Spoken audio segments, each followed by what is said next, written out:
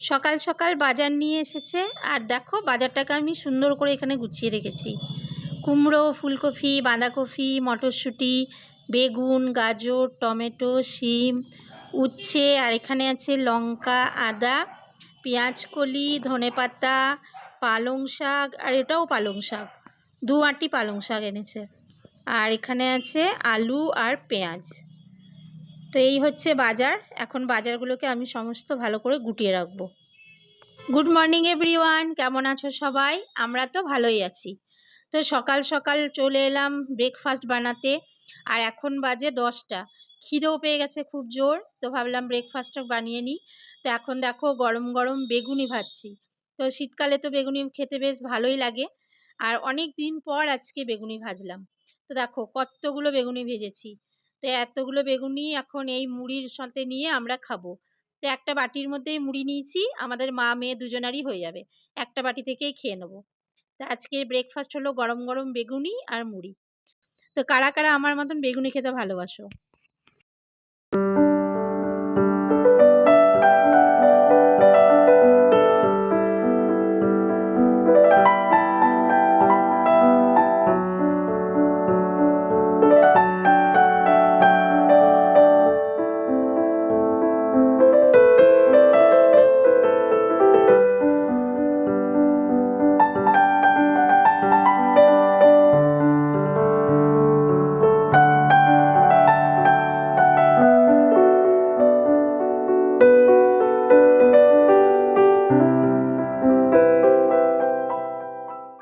ঘড়িতে বাজে 11:30। বাসি কাজ সারলাম।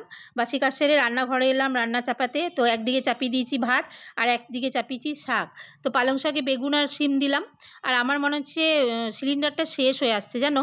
গ্যাসটা যখন জ্বালিয়েছি কেমন একটা লাল লাল আগুন বেরোচ্ছিল। তো কোনো ব্যাপার না, আর একটা সিলিন্ডার আছে, এটা শেষ হলে তখন এটা লাগিয়ে দেবো। আর এদিকে মোচা কেটে সেদ্ধ করে রেখেছিলাম, আর এখানে আলু দিয়েছি। তো সমস্ত মশলা দিয়েছি, ধনে গুঁড়ো, জিরে গুঁড়ো, হলুদ, যা যা লাগে। তো এবার মোচাটা দিয়ে একটু ভালো করে নেড়ে নিচ্ছি, আর টমেটোও দিয়েছি। তো মোচাটা অল্প হয়ে গেল, একটা ছোট মোচা ছিল তো ওটাই করলাম। আর মোচাটা কাটতে কাটতে আমার হাতটা না পুরো কালো হয়ে গেছিলো, কালকে রাত্রে ছাড়িয়ে রেখেছিলাম। তো দেখো সামান্য এখানে একটু জল দিয়েছি, জল দিয়ে মোচাটা আর আলুটা একটু সেদ্ধ করব, তো গায়ে গায়ে করব। আর মোচা তো আগের দিন রাত্রে কেটে না থাকলে তখন সকালবেলায় কাটতে গেলে অসুবিধা হয়ে যায়। কেননা মোচা ছাড়ানোটা অনেকটা সময়ের ব্যাপার। মানে তখন কাজ করব না মোচা ছাড়াবো, তাই ভাবলাম রাত্রিবেলাতেই করে রাখি। তো রাতেই ছাড়িয়ে রেখেছিলাম। তো দেখো জলটা টেনে গেছে আর একটু শুকনো শুকনো হয়ে গেছে। দিয়ে দিলাম গরম মশলা। এবার আমি এখানে একটু ঘি দেবো, ঘি দিয়ে নামিয়ে নেবো। আর মোচা না খেতে খুব সুন্দর লাগে জানো তো। আমারও ভালো লাগে খেতে, আর আমার মেয়েও খুব ভালোবাসে। দেখো কত সুন্দর হয়ে গেছে মোচাটা। আর এদিকে চাপিয়েছি এবার মাছ। তো কড়াইটা ভালো করে ধুয়ে নিয়ে কড়াইয়ে তেল দিলাম, দিয়ে পেঁয়াজ আর তেজপাতা দিলাম। আর আজকে বানাবো হচ্ছে রিঠা মাছ। তো বাড়ি থেকে দাদা দিয়ে গেছিলো মাছ, ওর ছিল তো ও দিয়ে গেছিলো। তো দেখো পেঁয়াজ কিছুটা ঘষে নিয়েছিলাম আমি ওই গ্রেটারটাতে করে, আদা রসুন সমস্ত কিছু দিলাম। দিয়ে মশলা যা যা লাগে ওটাই দেবো, হলুদ গুঁড়ো, জিরে গুঁড়ো, যা যা লাগে ওটাই দেবো। আর মাছটা খুব একটা ঝোল রাখবো না, একটু শুকনো শুকনো করে করব। তো দেখো এখানে হলুদ দিলাম, ধনে গুঁড়ো দিলাম, জিরে গুঁড়ো দিলাম। দিয়ে মশলাটাকে হালকা করে ভেজে নিয়ে একটু টমেটো দিলাম, দিয়ে জল দিয়ে ভালো করে একটু কষিয়ে নেবো। তো মশলা তো যত কষানো যাবে তত ঝোলটারও টেস্ট হবে, তাই ভাবলাম ভালো করে একটু কষিয়ে নিই। এখানে লবণ দিয়েছি আর সামান্য একটু চিনি দেবো। তো আমার সবজিতে চিনি খেতে খুব একটা বেশি ভালো লাগে না, কিন্তু অল্প একটু দেবো। আর দেখো এখানে কাঁচা লঙ্কাও দিয়েছি। আর খুব তো বেশি ঝাল আমার মেয়ে খায় না, তাই ঝাল খুব একটা দিতে পারবো না। তো কাঁচা লঙ্কা দিলাম, যতটুকু ঝাল হয় হবে। আবার বেশি ঝাল হয়ে গেলে তখন ও আবার মুখেই দেবে না ঝোলটা, তাই ভাবলাম খুব একটা বেশি কাঁচা লঙ্কা দেবো না। তো অল্প জল দিলাম, জল দিয়ে মাছগুলো দিয়ে দিলাম। তো মাছটা যখন টেনে গেছে দেখো একটু বেশি করে ধনেপাতা দিয়ে দিলাম। আর এখন তো শীতকাল, বুঝতেই পারছো বাজারে প্রচুর ধনেপাতা পাওয়া যায়। আর ধনেপাতা খেতে ভালোও লাগে, আর গন্ধটা এত সুন্দর লাগে আমার কি বলবো, আমি তো বেশি বেশি করে খাই। তো যাই হোক ঝোলটাও হয়ে গেছে, তো মাছটা নামিয়ে নিলাম, বাটিতে রেখে দিলাম। তো দুবেলার মনে হচ্ছে হয়ে যাবে। আর একটু শুকনো শুকনো করেছি তো বেশ ভালোই লাগে। এই মাছগুলো শুকনো ছাড়া ভাল লাগে না। ও কত সুন্দর হয়েছে মাছটা দেখতে, আর খেতে না দারুণ টেস্ট হয়েছিল জানো তো। তা আমি তো খাবার পরেই ভয়েস ওভার দিচ্ছি, তাই তোমাদের বললাম। খুব সুন্দর হয়েছিল, আর আমার মেয়েরও খুব ভালো লেগেছে ঝোলটা খেতে।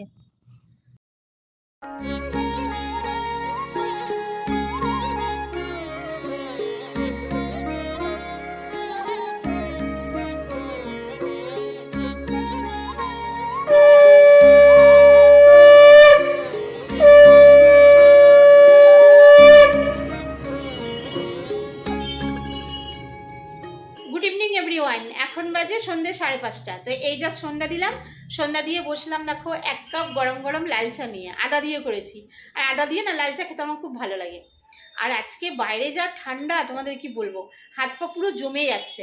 আর আমার ঠান্ডাটা একটু বেশিই লাগে জানো তো, কারণ আমি যা শীত কাতুরে, আমার প্রচণ্ড ঠান্ডা লাগে। তো ভাবলাম একটু গরম গরম চা খাই আর তোমাদের সাথে গল্প করি। আর রিনি গেছে টিউশন, ওর টিউশন ছিল আজকে, তো ওর আস্তে আস্তে 9:30 হবে। তো আমি এখন চাটা খাবো, চাটা খেয়ে লেপ ঢাকা দিয়ে শোবো। কদিন থেকে আমি একটা পুরনো সিরিয়াল দেখছি, অনেক দিন আগে সিরিয়ালটা দেখতাম টিভিতে, এখন দেখছি ইউটিউবে আসছে। তো ভাবলাম দেখি, সিরিয়ালটা খুব ভালো ছিল, তা আবার দেখতে মন চাইছে, তো ভাবলাম দেখি তাহলে সিরিয়ালটা। আর সিরিয়ালটার নাম হচ্ছে কুসুমদোলা। তোমরা হয়তো অনেকেই দেখেছো সিরিয়ালটা, আর যারা দেখোনি তারা অবশ্যই দেখো, খুব সুন্দর সিরিয়ালটা। তো সিরিয়ালটা দেখতে দেখতেই আশা করি রিনি চলে আসবে। তো রিনি চলে এলে গরম গরম রুটি করব। দুপুরবেলা আটা মেখে রেখেছি, আর আলু কুমড়োর তরকারি করা আছে। তো তরকারিটা একটু গরম করে নেবো আর রুটিটা করব। আর শীতকালের খাবার না একটু গরম গরম না খেলে ভালো লাগে না, জানো তো। তো চলো, আজকের ভিডিওটা আমি এখানেই রাখবো চা খাওয়ার সাথে সাথে। তো আমার ভিডিওটা কেমন লেগেছে তোমরা অবশ্যই কমেন্ট বক্সে জানিও। আমার এই ভিডিওটা যদি ভালো লেগে থাকে তাহলে একটা লাইক করো, শেয়ার করো, আর চ্যানেলটাকে অবশ্যই করে সাবস্ক্রাইব করে দিও। আর প্লিজ তোমরা আমার পাশে থাকো, সাথে থাকো, আর আমাকে সাপোর্ট করো। তো চলো, দেখা হচ্ছে আবার নেক্সট ভিডিওতে। ততক্ষণের জন্য খুব ভালো থেকো আর সুস্থ থেকো।